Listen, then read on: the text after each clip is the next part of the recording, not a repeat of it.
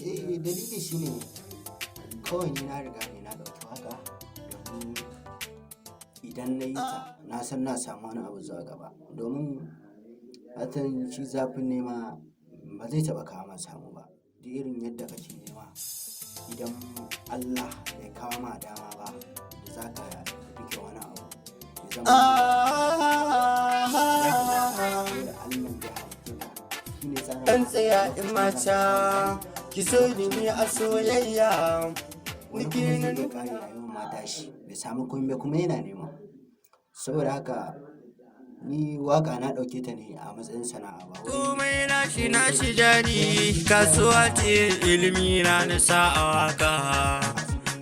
Jahili ba za yi. masu waka in iska aka ɗauke su ko kuma in iska Ilimi ne nisa kina da kyau duniya wanda bai misaltuwa. kuma in har ka taimako Na aje kiraina ba za na cire ki ba har abada.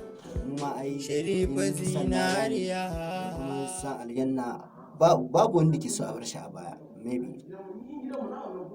Saboda haka ni ko duban da mutane za su yi mini in dai ban samu matsala da iyayena ba to ni alhamdulillah.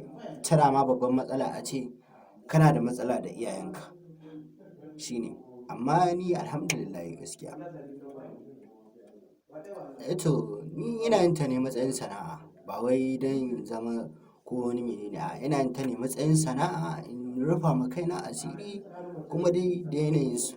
Ni lokacin da ma na fara gaskiya bana tunanin zan yi haka saboda ka san komai daga Allah ne kuma ina ƙara yi wa Allah godiya da ya bani daman da na fara wannan waƙa. Kenan ni ko gane ni ina waƙa dai an san ko da za a ɗauke ni matsayin ɗan iska sana'a dai nake yi kuma in ina zaman banza ne za a ɗauka na mutumin kirki ba wani sana'a ba nake. Wani ma wasu duban da ma za su mini wasu ni suna duba na ba mutumin kirki ba ne ɗauke ni.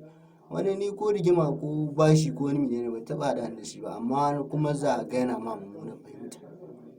Rayuwa ce ta wani zai duba kai yake ɗauka ɗan iska shi yana ganin shi ba ɗan iska ba ne ba. Kai a taƙaita ma billahi lazi wasu a yanda wani ma in ga ɗan shi ma ya zo inda nake abokina na muka tassar tare bai so saboda an ɗauke ni ɗan iska ne aka ɗauke ni ban san abin da nake yi ba. Su kuma kawai dai rayuwa ce sai in ce dai Allah ba ku sa'a. Kuma waƙa yanzu muka fara neman abinci muke yi insha Allah mu da aka ɗauka yan iskan wata rana ko mu ne za a zo a ce mu ne da yin girki. Ita da ma rayuwa haka ta gada sai haƙuri kuma Allah ya ƙara ba mu haƙuri.